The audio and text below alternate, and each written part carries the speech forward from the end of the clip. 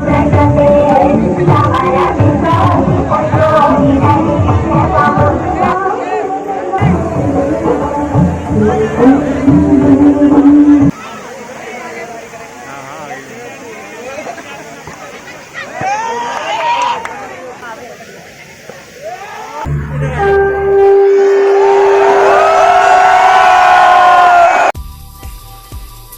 दोस्तों, आपका स्वागत है इस चैनल में। आजकल वेदवन पार्क बहुत चर्चा में है। आपने भी इसके बारे में बहुत कुछ सुना होगा, इसलिए हम भी चल दिए दिन दहाड़े वेदवन पार्क की ओर इसे एक्सप्लोर करने के लिए। यकीन मानिए दोस्तों, जब दिन में हम यहाँ पर पहुँचे तो हमें दूर दूर तक कोई दिखाई नहीं दिया। हम भी सोचने लगे भाई सही पार्क में तो आए हैं, पर धीरे धीरे जैसे टाइम बीतता गया पूछो मत।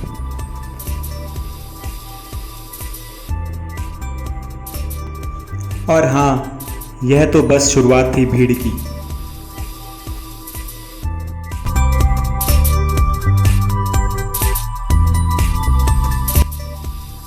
आपका स्वागत है दोस्तों इंडिया के पहले वैदिक थीम पार्क में। यह पार्क हमारे चारों वेदों और सप्त ऋषियों पर आधारित है। इस पार्क को टोटल 7 जोन्स में बांटा गया है और सातों के 7 जोन्स हमारे सप्त ऋषियों के नाम पर आधारित हैं। महर्षि कश्यप, ऋषि भारद्वाज, गौतम ऋषि, ऋषि अत्रि, ऋषि वशिष्ठ, ऋषि विश्वामित्र और ऋषि अगस्त्य। इस पार्क में आपको अपने वेदों के बारे में बहुत कुछ जानने को मिलेगा। जैसा कि आप यहाँ पर भी देख सकते हैं कि वेदों की जानकारी को इस कृति पर कितनी अच्छी प्रकार से उकेरा गया है।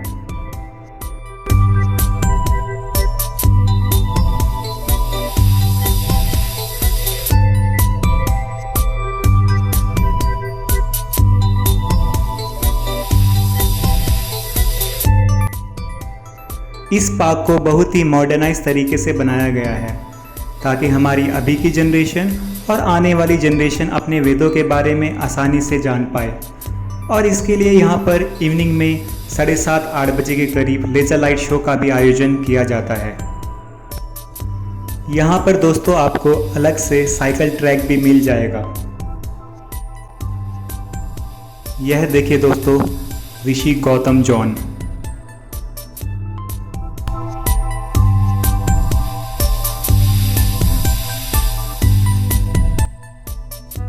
आपको यहाँ पर आउटडोर जिम की भी सुविधा मिल जाएगी। यह पार्क बहुत ही खूबसूरत है। आपकी जानकारी के लिए दोस्तों बता दूं कि इस पार्क का उद्घाटन हाल ही के महीनों में जुलाई 4 को हुआ है। यह पार्क नोएडा के सेक्टर 78 में स्थित है और आप यहाँ पर एक्वा लाइन मेट्रो से भी आ सकते हैं। यहाँ का nearest metro station Noida sector 101 है।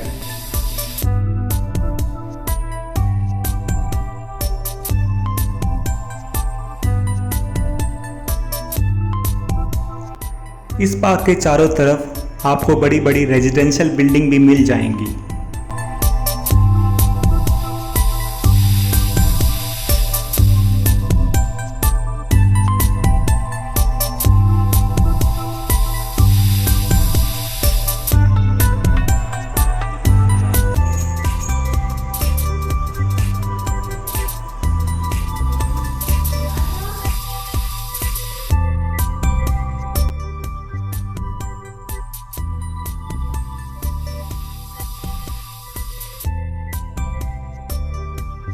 पार्क में आगे बढ़ने पर हमें गुरुकुल परंपरा का एक सुंदर दृश्य दिखाई दिया, जहाँ पर गुरु शिष्य प्रकृति के बीच ज़मीन पर नीचे बैठे हुए हैं। वैसे भी दोस्तों, जब भी हम प्रकृति के बीच किसी खुले एरिया में रहते हैं तो हमारा दिमाग ज़्यादा क्रिएटिव तरीके से सोचता है।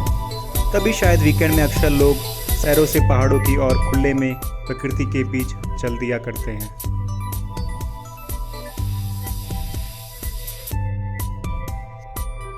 यहाँ पर हमें एक बहुत ही प्यारा ट्रांसपेरेंट स्कल्पचर भी मिला, जिसे आप एकदम फ्रंट से देखोगे तो आपको स्कल्पचर लगभग अदृश्य ही दिखेगा।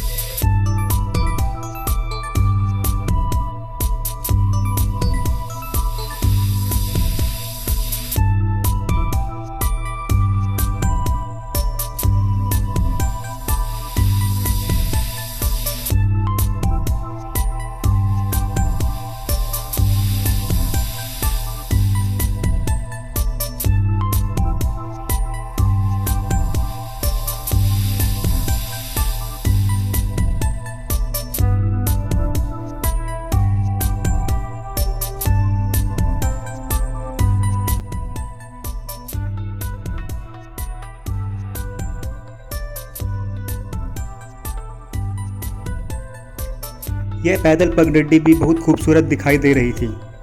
सच में दोस्तों, इस पार्क में एक एक चीज़ पर बहुत ज़्यादा ध्यान दिया गया है। अब इसी को देख लीजिए, गायत्री मंत्र को किस प्रकार से इस गोल स्कल्पचर में उकेरा गया है।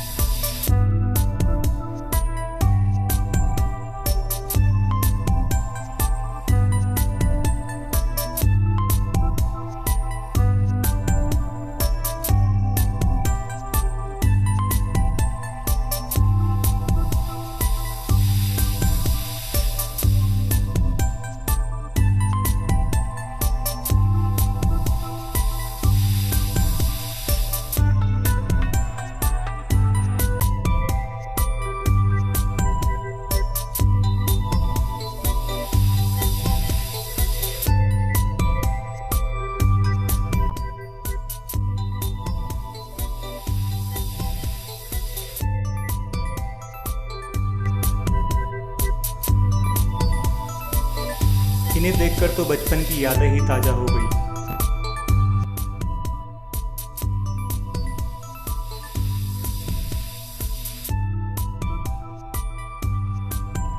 यह एक ओपन ऑडिटोरियम बनाया हुआ है जहां पर बैठकर लोग लेज़र शो का आनंद लेते हैं। और इसी ऑडिटोरियम के जस्ट अपोजिट में झरने चलते हैं जिसमें वाटर लेज़र शो दिखाई देता है। दोस्तों, अभी लेज़र शो स्टार्ट होने में बहुत समय बाकी था, इसलिए हम पार्क के दूसरे हिस्सों को एक्सप्लोर करने के लिए चल दिए।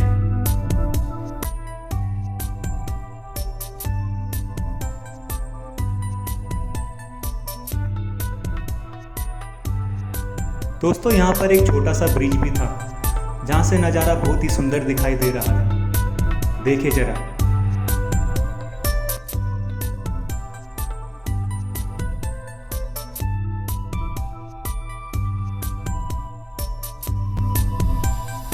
यह यहाँ का सबसे बड़ा स्कल्पचर था जो कि मुनि अगस्त्य का था।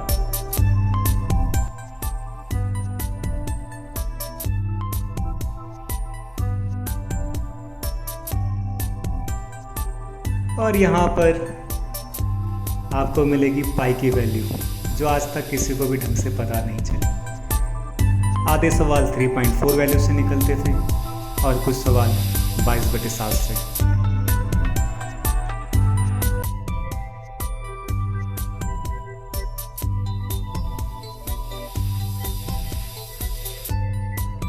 दोस्तों, यहाँ पे आपको हर पौधे का साइंटिफिक नेम लिखा हुआ मिलेगा। और ये हैं ऋषि दुर्वासु।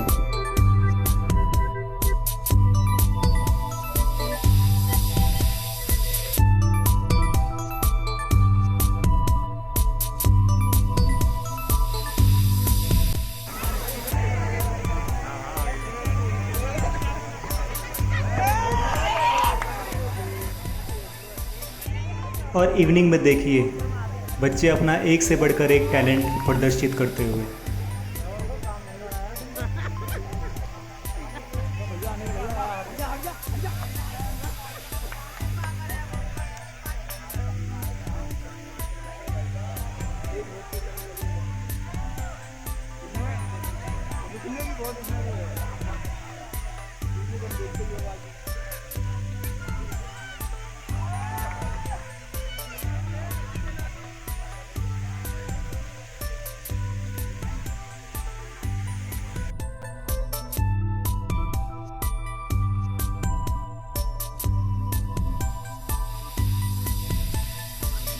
दोस्तों, आपको यहाँ पर अलग अलग प्रकार की जड़ी बूटियाँ मिल जाएंगी जिनको इन लोगों ने बहुत ही प्यार से सहेज कर रखा हुआ है।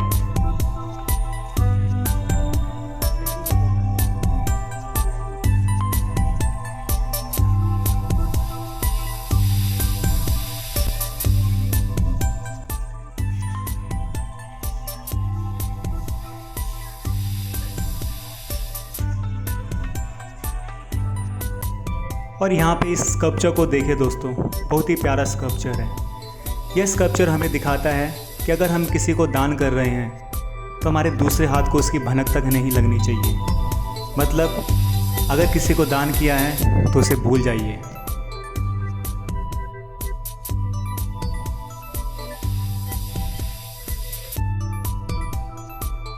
और यह भी बहुत ही प्यारा स्कल्पचर है जो हमें योगा के बारे में बताता है कि किस प्रकार से योगा आज की नीड है। और दोस्तों यहाँ पर शंख के अलग अलग फायदे बताए गए हैं।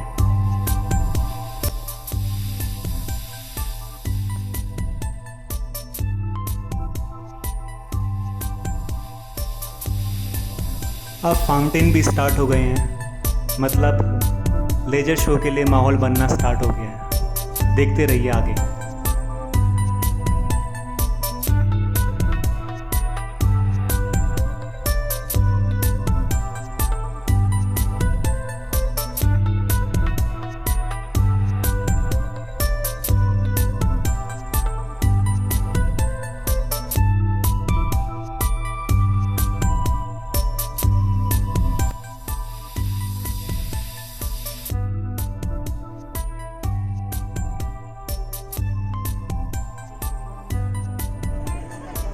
और पार्क में घूमते घूमते हमें ये गोल्ड मैन भी मिल गए, जिनसे मिलकर काफ़ी अच्छा लगा। और दोस्तों दूर से देखने में ऐसा लग रहा था जैसे कोई स्टैचू हो।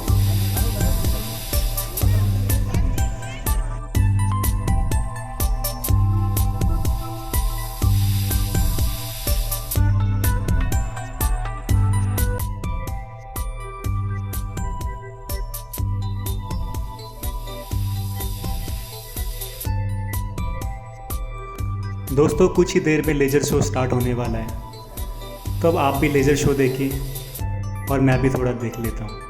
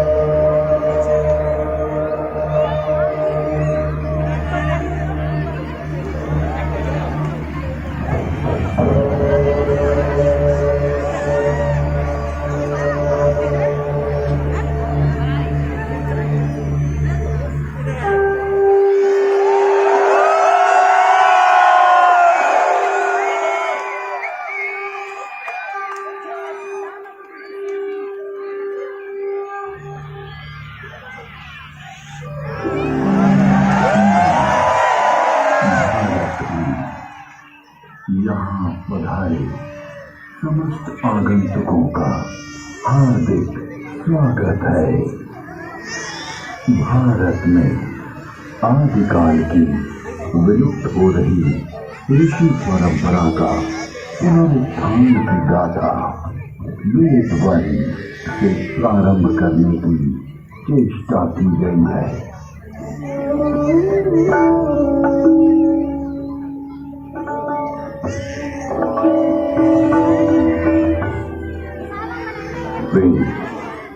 परम पिता परमात्मा की पवित्र वाणी है, जो सृष्टि के प्रारंभ में मानव मात्र के कल्याण के लिए अग्नि, वायु, आदित्य, अंगिरा इन 4 ऋषियों के पवित्र अंतःकरण में उद्भूत हुई। तत्व ज्ञान की दृष्टि से वेद एक है, किंतु विषय विभाग की दृष्टि से इसे 4 भागों में बांटा गया है। ऋग्वेद, यजुर्वेद, सामवेद और अथर्ववेद। ऋग्वेद में ज्ञान का विषय, यजुर्वेद में कर्म का विषय, सामवेद में उपासना का विषय और अथर्ववेद में विज्ञान का विषय। विश्व साहित्य का प्राचीनतम ग्रंथ वेद है। मानव जाति के प्राचीनतम ग्रंथ होने के कारण उस समय की सभ्यता, संस्कृति, आचार विचार और कर्तव्य आदि को जानने का स्रोत वेद है। भारतीय दर्शन, साहित्य, वैदिक कला, संगीत, ज्योतिष, ज्ञान विज्ञान, युद्ध में छंदांसी यज्ञ तस्मात् युक्त तस्मात् जायत। ऋग्वेद, जिसके द्वारा विभिन्न देवताओं की स्तुति की जाती, उसे ऋग कहते हैं। ऋष्यते सूर्य अन्य पाश्चात्य जगत द्वारा लिया गया है, उसे हमारे प्राचीन ऋषियों द्वारा तथ्य सहित हजारों वर्ष पूर्व प्रमाण सहित वेदों में उल्लिखित किया गया है। जैसे अगस्त्य संहिता में विद्युत उत्पादन के सूत्र मिलते हैं।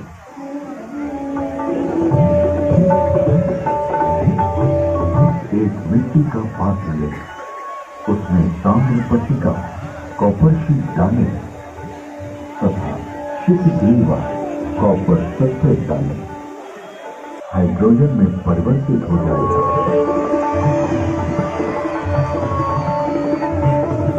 को स्वर्ण या रजत में ढक लेता है।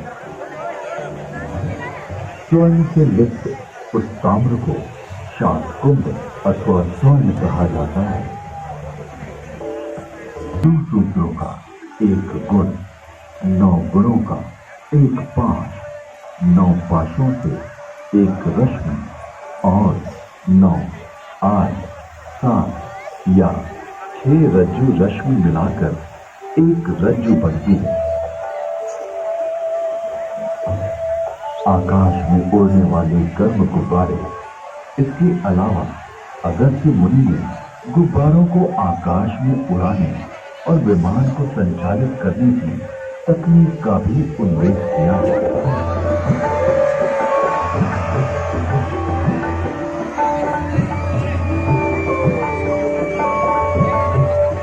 उड़ान वायु हाइड्रोजन को वायु प्रतिबंधक वस्त्र में रोका जाए।